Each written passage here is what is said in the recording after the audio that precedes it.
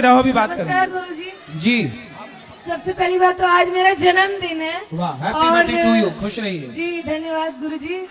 और आज मतलब आज इतने साल की मैं हो गई, मतलब 23 साल में आज पहले मेरा जन्मदिन इतना अच्छा मतलब मेरे को लगा है। मतलब आज आपकी जब मैं कथा सुन रही थी मेरे मन में बहुत सारे प्रश्न थे। मुझे ये पूछना था, जब तक मैंने 3 घंटा आपकी कथा सुनी और शायद जो मेरे मन में प्रश्न है वो सबके मन में होगा, जब तक कथा सुनते हैं तब तक मन में अच्छे विचार रहते हैं, लेकिन जैसे ही कथा सुनने के 1-2 दिन बीतने के बाद फिर वही नकारात्मक ऊर्जाओं से घिर जाते हैं, फिर मतलब वही गलत, मतलब मन पे काबू ही नहीं हो पाता है। इसका सबसे बड़ा कारण है, एक घड़ा है, उस घड़े में 9 छेद हैं।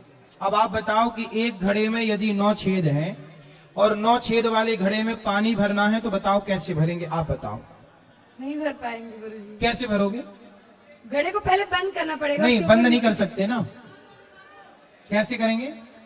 नहीं पता। घड़े को पानी में डुबा दो, यदि पानी में डूब जाएगा तो फिर पानी निकलेगा नहीं। उसी तरह आप हैं घड़ा और सत्संग है जल। आप ना कथा में सत्संग में अपने आप को जब तक डुबाएंगे नहीं तब तक वो कथा भीतर ठहरेगी नहीं।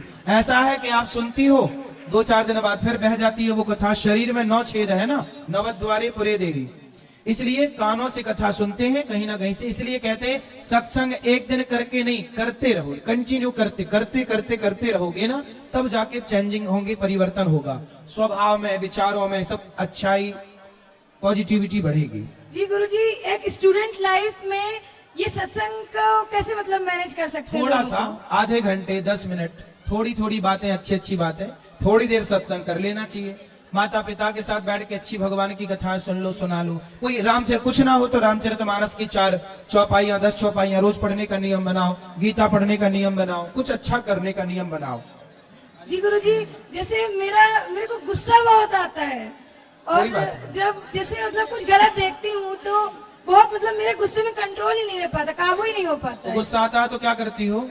जी क्या करती हो गुस्से में? सर नहीं पता, मेरे को खुद पे कंट्रोल नहीं रह पाता है। तो क्या गंगा जी में डूब जाती हो, यमुना जी में डूब जाती हो? नहीं पता गुरुजी, मतलब मेरे को नहीं पता, मैं खुद भी नहीं समझ पाती मेरे साथ क्या हो जाता है। जब गुस्सा आए ना तो चुप रहा करो, है ना, बिल्कुल चुप रहा करो, कुछ नहीं, जाके बिस्तर पर लेट जाओ, आंख बंद करके सो जाओ। जब गुस्सा ठंडा हो जाए उठ जाओ। धन्यवाद। समझाना तो पड़ेगा ना अपने को। श्री राधे महाराज जी। जी जी। मेरे 3 प्रश्न हैं आपसे। बोलो। पहला प्रश्न है कि भगवान ने पाप और पुण्य क्यों बनाए? यदि भगवान ने पाप पुण्य नहीं बनाए होते, यदि पाप नहीं होता ना बेटा, तो पुण्य का कोई मतलब ही नहीं होता। यदि रात ना होती तो दिन का कोई मतलब होता नहीं। फिर इसलिए ईश्वर ने सब चीज जोड़े से बनाई। माँ ना होती तो बाप का क्या मतलब होता, बहन ना होती तो भाई का क्या मतलब होता, पृथ्वी ना होती तो आकाश का क्या मतलब होता, कांटे ना होते तो गुलाब का क्या मतलब होता। इसलिए ईश्वर ने सब जोड़े से बनाए।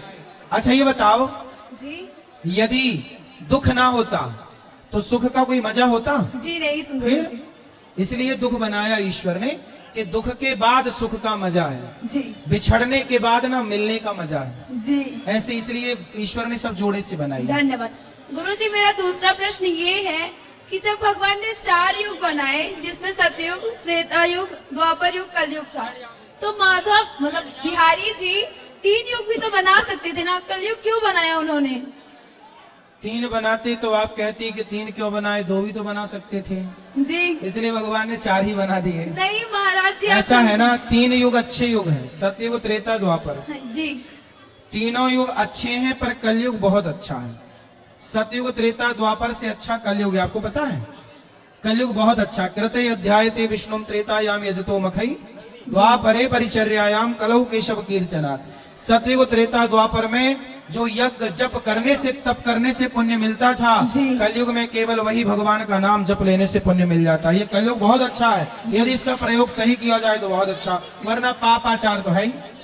गुरुजी मेरा तीसरा प्रश्न ये है कि जब भगवान ने कलयुग बनाया ही है तो उसमें ये नियम, मतलब ये व्यवस्था क्यों रखी है कि हर एक दिन किसी स्त्री का रेप होगा या किसी भी स्त्री का अपमान होगा, ये क्यों किया? अरे भगवान ने थोड़ी कहा कि तुम रेप करो किसी का। तो श्रीमद् भागवत कथा में लिखा हुआ है कहाँ कि- लिख गया?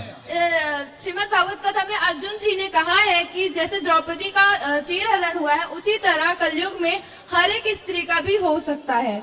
नहीं बेटा, समझ समझ का फेर है। भगवान ने सबको बुद्धि दी है, जी। समझ दी है। और सुनो, ये जो युग है ना, जी। ये चारों युग चारों टाइम रहते हैं। जी। जैसे ये कलयुग चल रहा है, इस कलयुग में भी अभी हम प्रयागराज में हैं, अभी हम यहाँ सत्संग कर रहे हैं, तो यहाँ अभी कलयुग थोड़ी है।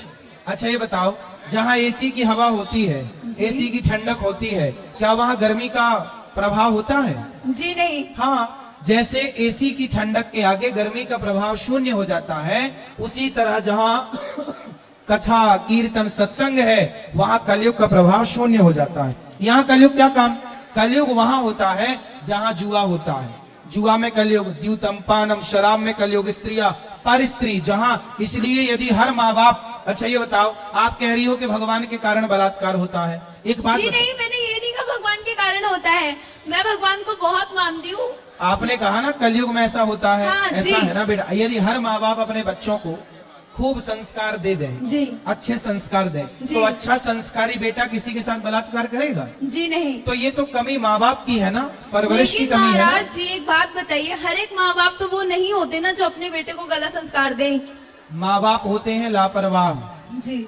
आजकल के माँ बाप कैसे होते हैं? बच्चे कहीं भी जा रहे हैं, उन्हें कोई मतलब नहीं। अरे माँ बाप केवल बच्चे पैदा करने से माँ बाप नहीं होते, बच्चों को योग्य बनाना किसकी जिम्मेदारी है? माँ बाप की। फिर यदि कुम्हार के हाथ में मिट्टी है, तो कुम्हार चिलम भी बना सकता है और घड़ा भी बना सकता है। जी। कुम्हार चाहे चिलम बनाए और कुम्हार चाहे तो घड़ा बनाए। जी। उसी तरह माँ चाहे तो बेटे को राम बना दे और माँ चाहे तो बेटे को रावण बना दे।